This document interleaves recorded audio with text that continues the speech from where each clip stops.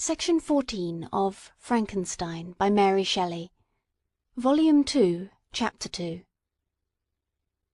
The next day, contrary to the prognostications of our guides, was fine, although clouded. We visited the source of the Arveiron, and rode about the valley until evening. These sublime and magnificent scenes afforded me the greatest consolation that I was capable of receiving. They elevated me from all littleness of feeling, and although they did not remove my grief, they subdued and tranquillized it. In some degree, also, they diverted my mind from the thoughts over which it had brooded for the last month. I returned in the evening, fatigued but less unhappy, and conversed with my family with more cheerfulness than had been my custom for some time. My father was pleased, and Elizabeth overjoyed. "My dear cousin," said she, "you see what happiness you diffuse when you are happy. Do not relapse again." The following morning the rain poured down in torrents, and thick mists hid the summits of the mountains. I rose early, but felt unusually melancholy. The rain depressed me, my old feelings recurred, and I was miserable. I knew how disappointed my father would be at this sudden change, and I wished to avoid him until I had recovered myself so far as to be enabled to conceal those feelings that overpowered me. I knew that they would remain that day at the inn, and as I had ever inured myself to rain, moisture, and cold, I resolved to go alone to the summit of Montanvert. I remembered the effect that the view of the tremendous and ever-moving glacier had produced upon my mind when I first saw it. It had then filled me with a sublime ecstasy that gave wings to the soul, and allowed it to soar from the obscure world to light and joy. The sight of the awful and majestic in nature had indeed always the effect of solemnizing my mind, and causing me to forget the passing cares of life. I determined to go alone, for I was well acquainted with the path, and the presence of another would destroy the solitary grandeur of the scene. The ascent is precipitous, but the path is cut into continual and short windings, which enable you to surmount the perpendicularity of the mountain. It is a scene terrifically desolate. In 1,000 spots the traces of the winter avalanche may be perceived, where trees lie broken and strewed on the ground, some entirely destroyed, others bent, leaning upon the jutting rocks of the mountain, or transversely upon other trees. The path, as you ascend higher, is intersected by ravines of snow, down which stones continually roll from above. One of them is particularly dangerous, as the slightest sound, such as even speaking in a loud voice, produces a concussion of air sufficient to draw destruction upon the head of the speaker. The pines are not tall or luxuriant, but they are sombre, and add an air of severity to the scene. I looked on the valley beneath.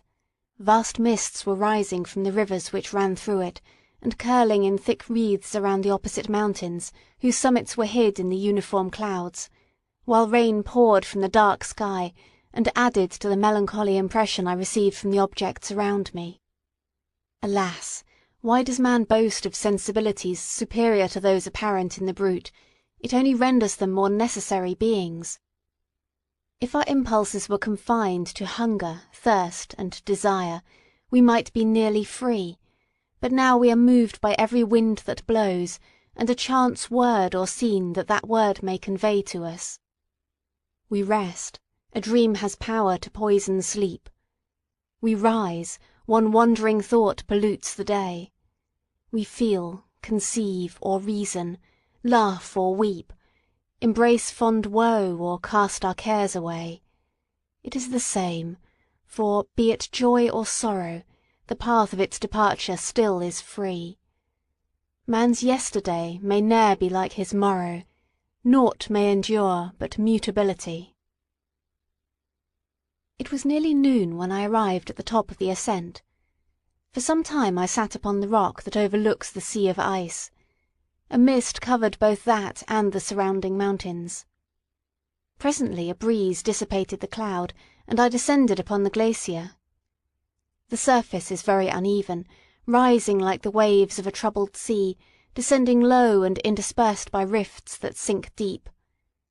The field of ice is almost a league in width, but I spent nearly 2 hours in crossing it. The opposite mountain is a bare, perpendicular rock. From the side where I now stood, Montanvert was exactly opposite, at the distance of a league, and above it rose Mont Blanc, in awful majesty. I remained in a recess of the rock, gazing on this wonderful and stupendous scene. The sea, or rather the vast river of ice, wound among its dependent mountains, whose aerial summits hung over its recesses. Their icy and glittering peaks shone in the sunlight over the clouds. My heart, which was before sorrowful, now swelled with something like joy. I exclaimed, "Wandering spirits, if indeed ye wander, and do not rest in your narrow beds, allow me this faint happiness, or take me, as your companion, away from the joys of life." As I said this, I suddenly beheld the figure of a man, at some distance, advancing towards me with superhuman speed. He bounded over the crevices in the ice, among which I had walked with caution. His stature also, as he approached, seemed to exceed that of man. I was troubled, a mist came over my eyes, and I felt a faintness seize me, but I was quickly restored by the cold gale of the mountains. I perceived, as the shape came nearer, sight tremendous and abhorred, that it was the wretch whom I had created. I trembled with rage and horror, resolving to wait his approach, and then close with him in mortal combat. He approached. His countenance bespoke bitter anguish, combined with disdain and malignity, while its unearthly ugliness rendered it almost too horrible for human eyes. But I scarcely observed this. Anger and hatred had at first deprived me of utterance, and I recovered only to overwhelm him with words expressive of furious detestation and contempt. "Devil!" I exclaimed, "do you dare approach me, and do you not fear the fierce vengeance of my arm wreaked on your miserable head? Begone, vile insect, or rather stay that I may trample you to dust, and oh that I could, with the extinction of your miserable existence, restore those victims whom you have so diabolically murdered." "I expected this reception," said the demon. "All men hate the wretched.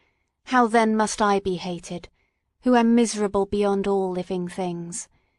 Yet you, my creator, detest and spurn me, thy creature, to whom thou art bound by ties only dissoluble by the annihilation of one of us. You purpose to kill me. How dare you sport thus with life? Do your duty towards me, and I will do mine towards you and the rest of mankind. If you will comply with my conditions, I will leave them and you at peace, but if you refuse, I will glut the maw of death until it be satiated with the blood of your remaining friends." "Abhorred monster, fiend that thou art! The tortures of hell are too mild a vengeance for thy crimes. Wretched devil, you reproach me with your creation. Come on, then, that I may extinguish the spark which I so negligently bestowed." My rage was without bounds. I sprang on him, impelled by all the feelings which can arm one being against the existence of another. He easily eluded me, and said, "Be calm.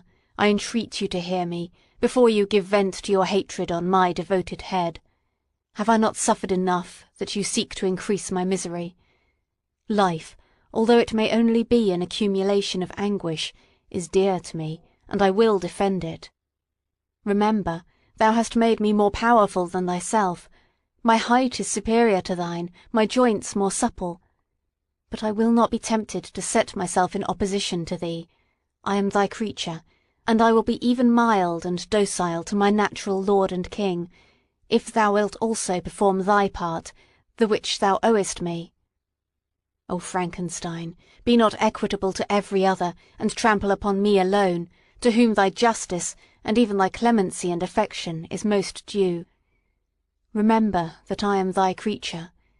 I ought to be thy Adam, but I am rather the fallen angel, whom thou drivest from joy for no misdeed. Everywhere I see bliss, from which I alone am irrevocably excluded. I was benevolent and good. Misery made me a fiend. Make me happy, and I shall again be virtuous." Begone! I will not hear you. There can be no community between you and me. We are enemies. Begone, or let us try our strength in a fight in which one must fall. How can I move thee?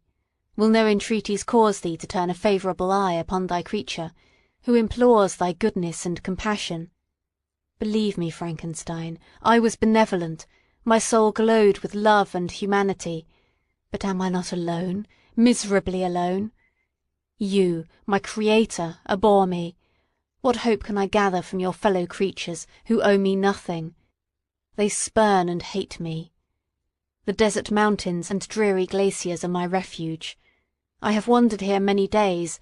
The caves of ice, which I only do not fear, are a dwelling to me, and the only one which man does not grudge. These bleak skies I hail, for they are kinder to me than your fellow beings. If the multitude of mankind knew of my existence, they would do as you do, and arm themselves for my destruction. Shall I not then hate them who abhor me? I will keep no terms with my enemies. I am miserable, and they shall share my wretchedness. Yet it is in your power to recompense me, and deliver them from an evil which it only remains for you to make so great, that not only you and your family, but thousands of others, should be swallowed up in the whirlwinds of its rage. Let your compassion be moved, and do not disdain me. Listen to my tale. When you have heard that, abandon or commiserate me, as you shall judge that I deserve. But hear me. The guilty are allowed by human laws, bloody as they may be, to speak in their own defence before they are condemned. Listen to me, Frankenstein. You accuse me of murder, and yet you would, with a satisfied conscience, destroy your own creature. Oh, praise the eternal justice of man. Yet I ask you not to spare me. Listen to me, and then, if you can, and if you will, destroy the work of your hands. Why do you call to my remembrance circumstances of which I shudder to reflect, that I have been the miserable origin and author? Cursed be the day, abhorred devil, in which you first saw life. Cursed, although I curse myself, be the hands that formed you. You have made me wretched beyond expression. You have left me no power to consider whether I am just to you or not. Begone, relieve me from the sight of your detested form. Thus I relieve thee, my creator, he said, and placed his hated hands before my eyes, which I flung from me with violence. Thus I take from thee a sight which you abhor. Still thou canst listen to me, and grant me thy compassion. By the virtues that I once possessed, I demand this from you. Hear my tale. It is long and strange, and the temperature of this place is not fitting to your fine sensations. Come to the hut upon the mountain. The sun is yet high in the heavens, before it descends to hide itself behind yon snowy precipices and illuminate another world. You will have heard my story, and can decide.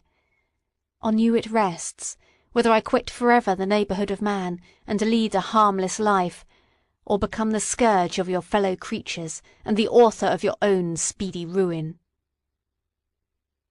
As he said this, he led the way across the ice. I followed. My heart was full, and I did not answer him, but as I proceeded, I weighed the various arguments that he had used, and determined at least to listen to his tale. I was partly urged by curiosity, and compassion confirmed my resolution.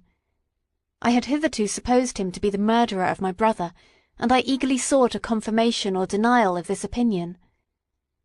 For the first time, also, I felt what the duties of a creator towards his creature were, and that I ought to render him happy before I complained of his wickedness.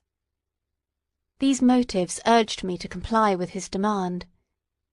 We crossed the ice, therefore, and ascended the opposite rock. The air was cold, and the rain again began to descend.